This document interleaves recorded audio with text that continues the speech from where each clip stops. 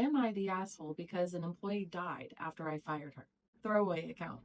I manage a retail shop in a tourist city. I hired an applicant named Bruce. He had a full-time job, but he was the perfect for the 16-ish hours I was looking to cover. Months later, I was looking for seasonal help.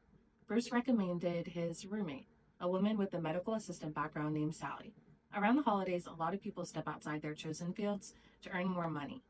Sally's references checked out and I hired her. Sally's training period was uneventful. During that time, I learned she had type 1 diabetes. We worked out a break schedule so she could eat tests whenever she needed it, and it wasn't a hardship to accommodate her. Her performance was disappointing. When asking for ID with credit cards, she would make comments like, "You gained so much weight since this picture. This is your blonde, your hair is blue.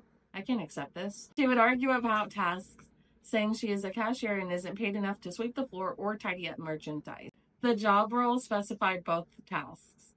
She didn't accept feedback gracefully. I told her her employment was in jeopardy. Bruce calls me. They are now married. They sped up the relationship because she needed the health care and he needed her to be on the lease of his apartment. On my end, all I had to do was have them sign liability waivers and schedule them apart. A few weeks later, I get a customer complaining Sally denied him service because she didn't like his tattoos. A second customer calls to complain that not only did Sally deny service because of tattoos, but she pulled down her pants to show him a tattoo on her backside. On camera, I found Sally mooning the customer. I typed up a termination notice and fired her. She refused to sign it or take a copy. I treated the situation as any other. Stuck to, she is no longer with the company, if asked. Bruce didn't quit, but he got angry at me not long after. Sally had applied for a hospital job and was denied because I gave her a bad reference. No one called me for a reference. Sally told them I fired her for being messy and combative about breaks. This is not true, but I can't tell Bruce that. Unless Sally signs a disclosure, I can't share any details of her employment termination with anyone. I called the hospital that denied Sally.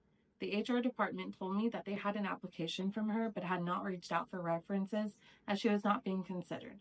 What I infer from this is Sally lied to Bruce about why she was fired, and then when she was on the job search and it went bad, she told Bruce I was ruining her prospects.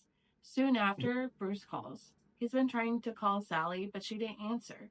He went home from his other job and found her dead. Complications from diabetes. Bruce quits. He says she would still be alive if I hadn't fired her or sabotaged her, that I am the reason his wife is dead. I didn't tell him she lied to him. I don't see any way that would help with his grief.